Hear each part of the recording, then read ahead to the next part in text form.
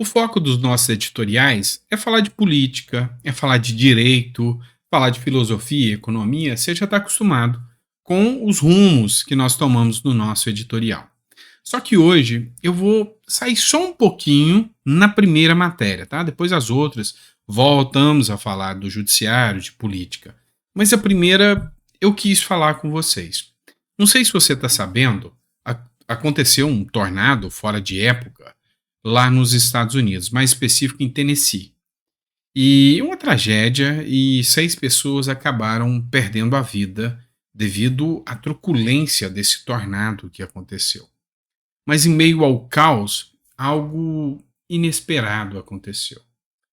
Uma família do Tennessee correu para dentro da sua casa para se esconder do tornado. E o tornado passou bem no meio da casa dessa família. Arrancou todo o telhado da casa. E aí, um bebezinho de 4 meses, que estava dormindo lá no berço, ficou bem no meio desse tornado, desse furacão. O pai correu para tentar socorrer. Acabou sendo levado pelo furacão. O bebê, com berço e tudo, foi levado. E aí, ficaram horas e horas super preocupados e procurando o corpo do bebê. Acontece que eles não desistiram e no meio da chuva, depois que a tempestade já tinha passado, começou, sabe, uma chuva torrencial e eles continuaram a procurar, até que encontraram em cima de uma árvore com apenas alguns arranhados no rosto. Matéria da Record: bebê de 4 meses é encontrado em árvore após tornado destruir a casa que morava. Olha o estado que ficou. Imagina, você está vendo essas árvores quebradas? Quantos estilhaços de madeira, quantos estilhaços de metal, quantas coisas, quantos escombros não estavam no meio desse tornado. Só que o bebê sobreviveu. É uma matéria, sabe, que me impactou, porque me fez lembrar uma coisa. Não importa a tempestade, o tornado e o caos que você esteja. Milagres sempre acontecem. Essa é uma prova viva disso. Vamos para outra matéria, antes que a gente esqueça, né? A terra que nós vivemos. Bora lá, matéria do Estadão. A Procuradoria-Geral da República, ela aumentou o seu auxílio moradia e dos seus procuradores da República. Esse benefício ele pode chegar a uma pequena bagatela de R$10.000. Meu amigo. Os membros do Ministério Público da União, que incluem os procuradores da República e também os promotores do Distrito Federal, poderão receber até R$10.000 de auxílio moradia.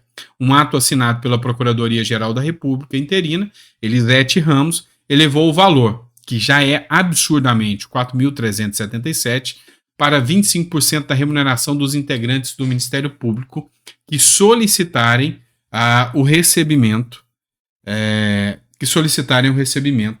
do benefício. Enfim, é o Brasil que nós temos hoje. É um Brasil que não sabe exercer sua prioridade. É o Brasil das castas. É o Brasil que tem, sabe, uma elite ali, uma elite dona do poder e detentora do poder, simplesmente faz tudo aquilo que bem entende, bem interessa, e o pobre e a pessoa que se dane. Não importa se você não tem saneamento básico na sua casa, mas os seus impostos é para fazer a distribuição de renda. Você é socialista que acredita que o imposto vai voltar para você? Lembre-se, provavelmente você não tem aí um auxílio moradia de R$10.000. E te digo mais, se você tiver, você não é socialista. Você não está pensando no próximo. Então, para de ser feito de trouxa e começa a olhar como que o sistema funciona. Mas não é longe disso, não. Matéria da Revista Oeste. O Tribunal de Justiça de Minas Gerais quer criar mais de 500 cargos para apadrinhados, com salários que variam até R$23.000. O impacto total nas novas vagas será de 156,1 milhão em 2024 e de 161 milhões em 2025. E aí eu te pergunto, tanto dinheiro, tantos recursos, tanto poder para o judiciário. E aí eu te lanço uma pesquisa. Você está feliz com o judiciário? E eu não estou falando aqui só STF, não. Eu estou falando do judiciário. Você está feliz com os juízes, com os procuradores, com os promotores? Você está feliz com o sistema ou não? Eu não estou muito, porque eu sinto e vejo coisas como essa acontecendo. Você lembra do caso Radassa, onde um monstro abusou e tirou a vida da menina? Pois é, a Justiça do Rio pediu a proteção para o primo da menina, para o familiar, que confessou que tirou a vida dela, que abusou dela, de 4 anos, e no Brasil é assim. Eu vou trazer até um comentário para vocês, da Fran Variedade. No Brasil é assim: roubou, pode virar presidente. Matou, estuprou, tem proteção. Se nega a dar umas filmagens, vira ministro do STF. Presidiário tem salário maior que um trabalhador. Esse é o Brasil. Pois é, mas os seus impostos é que banca tudo isso. E aí, sabe o que me deixa indignado? Daqui a pouco eu te conto. Vamos ver mais uma. Justiça proíbe a apreensão de menores sem ser em flagrante na Operação Verão. Pois é, sabe os menores que vão fazer arrastão, que vão, sabe, saquear as pessoas, que vão roubar as pessoas e sabem da impunidade? Pois é, eles leem esse noticiário e sabem que vão ficar impunes. Quem fez essa publicação foi o governador do Rio, que escreveu o seguinte: acato e respeito a decisão da Justiça, que proibiu as polícias de trabalharem de forma preventiva na Operação Verão, Orla das Praias. Vamos recorrer, porque a decisão está errada. O princípio fundamental da segurança pública é a prevenção, que foi sequestrada nessa decisão. Pela decisão, primeiro se espanca, mata e depois se atua? Pode isso estar certo? Óbvio que não. Vamos recorrer imediatamente dessa decisão. Pode recorrer, mas não vai dar em nada. É porque o sistema funciona assim. E aí, enquanto você fica indignado depois dessa decisão, eis que rola mais um arrastão na Barra da Tijuca. Você vê a moça correndo aí com medo, né? Olha só o quanto de jovens vítimas da sociedade aplicando aí o seu trabalho duro, né? Protegido pela polícia. Eles todos defendidos pelo ECA, todos defendidos ali pelos direitos humanos, enquanto, infelizmente, o cidadão pagador de impostos tem que assistir isso de camarote, nada pode fazer, nada pode dizer, só pode observar. E pagar, e bancar tudo isso, e ser o pagador de todo esse sistema. Quem fez essa publicação foi a Alana Passos, do Rio de Janeiro, e ela escreveu aqui: absurdo, arrastão na Barra da Tijuca. Também, depois da justiça se manifestar contra as operações policiais, estava na cara, queria dar merda. Afinal, será que os juízes que hoje tomam certas decisões têm conhecimento da realidade do Brasil? Talvez não. Andam com seguranças, só ficam nos bairros nobres, enfim, essa é a realidade. E lembra quando eu te disse que algo me incomoda e me incomoda muito? O que me incomoda? Me incomoda o fato da gente trabalhar duro para ver um país melhor, para deixar um país melhor para os nossos filhos. E nesse trabalho duro, tudo aquilo que você produz, você paga imposto. Você paga imposto sobre a sua renda. Então, se você é um trabalhador, tudo que você ganha, 27,5% já fica para o governo. E aí, toda a sua alimentação é evada de no mínimo 40% de imposto. Então, quando você vai comprar o seu alimento, você está pagando ali 40% de imposto no seu alimento. E aí, quando você vai comprar casa, depois de ter sido saqueado pelo Estado, tirando grande parte daquilo que você ganha, não te dando condições boas, você vai ter que ir para um banco. E nesse banco você vai financiar. E vai pagar o dobro daquele patrimônio que você está pagando. Então, você já perdeu mais a metade do patrimônio. E depois que você tem esse patrimônio, você vai pagar para transferir esse patrimônio para o seu nome. Afinal, temos aí o ITBI, né? Você vai pagar para transferir isso para o seu nome, se for um imóvel. E se você teve dinheiro para comprar ou crédito para ir no banco e financiar, pagou o imposto para transferir para o seu nome, aí a partir de agora você vai pagar o imposto por ter esse bem. Você vai pagar o IPVA, você vai pagar o IPTU e vai pagar, e vai pagar, e vai pagar. Então, pensa comigo, se o IPTU, sei lá, é 2, 3%, 5% do valor do imóvel, imagina se em 40 anos você já não pagou todo esse bem para o Estado. Pagou sim. E aí, depois de 40, 50, 60 anos morando naquela casa, você lutou muito para poder conseguir, você vai, enfim, tentar deixar aquilo para os seus familiares. E na hora da herança, 8% de tudo que você construiu vai ficar para o Estado. E aí, depois de tudo isso que você faz, de tudo isso que você banca, você sabe que os seus impostos vão para cá, para pagar essa gente, para pagar esse povo que está pouco se lixando o quanto você vai sofrer, o quanto você vai ralar para conseguir alguma coisa. E quem consegue, mesmo depois de tudo isso, burlar o sistema, mesmo depois de tudo isso, alguém consegue, sabe, ter uma condiçãozinha melhor, tem um bando de incauto, um bando de burro mesmo, dizer que você é um opressor burguês, alguém do grande sistema. O sistema é você que defende isso. Então, sim, eu sou uma pessoa um tanto quanto revoltada com tudo isso mesmo. E sim, eu sou uma pessoa que me sente abusada, que se sente abusada de todo o sistema. E sim, por isso eu sou um liberal e acho que o Estado talvez seja um dos piores dos criminosos que tem. Piores do que esses? Talvez. Ou, provavelmente, ainda pior do que esses que o Estado defende. Infelizmente, é o meu ponto de vista. Vamos mudar de assunto. Vocês viram a fala do Lula, né? Até que enfim conseguimos um ministro comunista. Sabe o que eu acho engraçado? A UOL, até na hora de dar um pitaco no Lula, de dar um taco no Lula ali porque sabe que o Lula falou besteira, passa pano para isso. O Josias de Souza, que, sabe, hoje, infelizmente, está numa instituição, no UOL, que tem que, sabe, estar ao sistema. Ele deu ali o seu ponto de vista. E, sabe, é incrível como o sistema passa pano. O Lula perde o senso do ridículo, mas não perde a piada, né?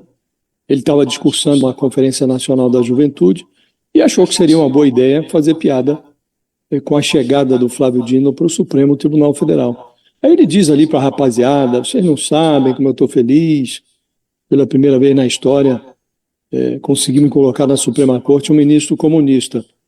Mal comparando, o Lula está tratando o Flávio Dino como o Bolsonaro tratava o Nunes Marques, o ministro Gorjeta, o ministro 10% de mim no Supremo. Se queria celebrar a transferência do Dino da Justiça para o Supremo, o presidente devia dizer que está feliz porque conseguiu enviar para o Supremo uma pessoa preparada, com enorme conhecimento jurídico, com muita capacidade de articulação de ideias, e não ficar dizendo que o ministro é comunista. Esse tipo de xiste, ele é reducionista, inverídico e é desnecessário. A fonte dessa matéria é do UOL. Eu sempre cito a fonte para vocês. Eu tenho cara de otário? Eu tenho cara de babaca? Provavelmente sim, mas não sou. Pode ter certeza que não. Dizer que Dino não é comunista ou que é comunista é inverídico? Dizer que Lula estava brincando é pensar que o brasileiro não consegue pensar por si só. É achar que depois que vocês fazem um curso de jornalismo qualquer, o resto do mundo é idiota para acreditar em qualquer narrativa que vocês criam. E até para criticar, Lula perdeu o senso do ridículo ao fazer uma brincadeira dessa, vocês passam um pano. Lula perdeu, sim, o senso do ridículo há muito tempo ao fazer isso. Colocar um ministro lá que é contra as liberdades. Isso sim. Agora, dizer que isso é mentira é pensar que o brasileiro tem cara de otário demais, né? Vamos lá. Vamos falar de outra coisa. Reforma tributária. O ex-presidente Bolsonaro deu sua manifestação aqui sobre a reforma tributária. A reforma está ruim? Calma. Falta a transição energética, a descarbonização e os 35% no imposto de renda. Os que nunca trabalharam e nada produziram acreditam que descobriram o moto contínuo ou milagre do menos vaca, mais leites. Nunca senti tanto orgulho de ser comunista. Fecha aspas. O Jorge Seife comentou nessa publicação do Bolsonaro e disse o seguinte: a conta já está chegando, mas não está morto quem peleia. 2026 precisamos também fazer senadores e reeleger Bolsonaro. O trem volta pro trilho. E aí é aquela aposta, né? Que Bolsonaro vai conseguir concorrer. Sabe?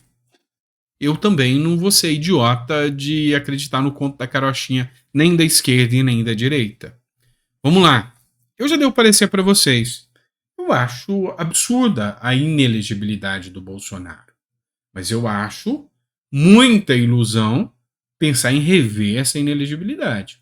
Eu já falei para vocês que tem meio jurídico, sistema jurídico, que tem violações aí, inclusive, de questões constitucionais, questões internacionais. O Tratado de Haia foi violado ao aplicar essa inelegibilidade do Bolsonaro, porque o Tratado de Haia ele é muito claro ao dizer que somente sentença penal condenatória, ou seja, sentença criminal, poderia tirar o direito de concorrer a uma eleição.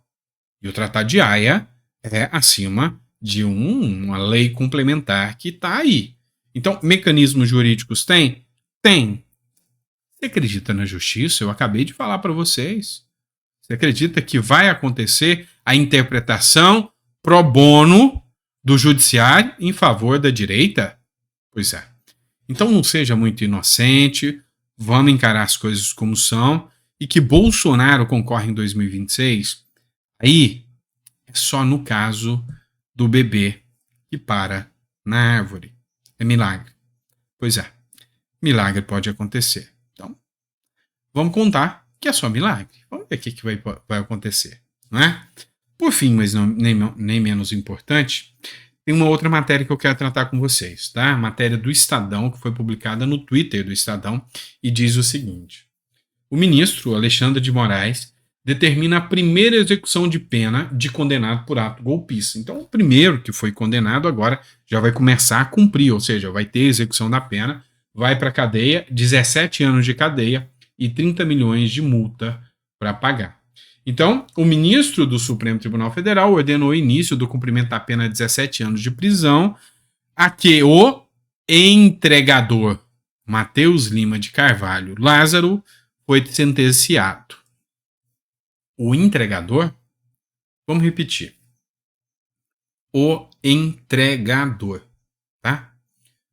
Tá, o cara era membro de uma facção criminosa? Não. Ele era entregador. Ele, sabe, com salário de entregador, ele poderia comprar pelo menos um fuzil, armas de alto calibre para tentar dar um golpe de Estado? Não. Ele era entregador. Ele poderia fazer parte de um sistema macumunado de terrorismo internacional sendo um mero entregador? Porque aqui se provou que ele era só um entregador. Ele não fazia nenhuma parte de nenhum sistema, como aqueles caras que foram presos e já liberados por estarem relacionados com o Hezbollah. Pois é, ele estava com arma na mão porque ele foi condenado também por associação armada. Também não. Então, assim, não pense que vai ser fácil, sabe? Hoje a interpretação é deles. Hoje o sistema está na mão deles. E quem banca tudo isso sou eu e você, tá? Então, sabe, eu sou daqueles que tem o seguinte entendimento: foi uma ação burra? aquela turma que invadiu a Praça dos Três Poderes naquele dia? Sim. Foi uma ação criminosa? Sim. Depredação do patrimônio público? Dá 17 anos de cadeia e 30 milhões? Não. Porque eu já vi muita gente da esquerda fazer isso e fazer pior. Mas foram 2 pesos e 2 medidas. Então, meu amigo, o meu ponto de questionamento é um ponto como jurista e como advogado. É absurdo o que está acontecendo no Brasil. Tá bom? Obrigado, pessoal. Fiquem com Deus. Vejo vocês no próximo editorial. E aí a gente vai tentar trazer sempre essas posturas sérias, esses argumentos sérios aqui para que vocês possam entender efetivamente a política, sabe, sem devaneio. A gente tem que trabalhar com os pés no chão. A gente tem que observar a política. Se eu me proponho a ser um analista político para vocês, eu tenho que fazer isso de forma séria. Se eu sou um filósofo, eu não posso simplesmente chegar aqui e ficar inventando falácias e ser um mero sofista para vocês. Não.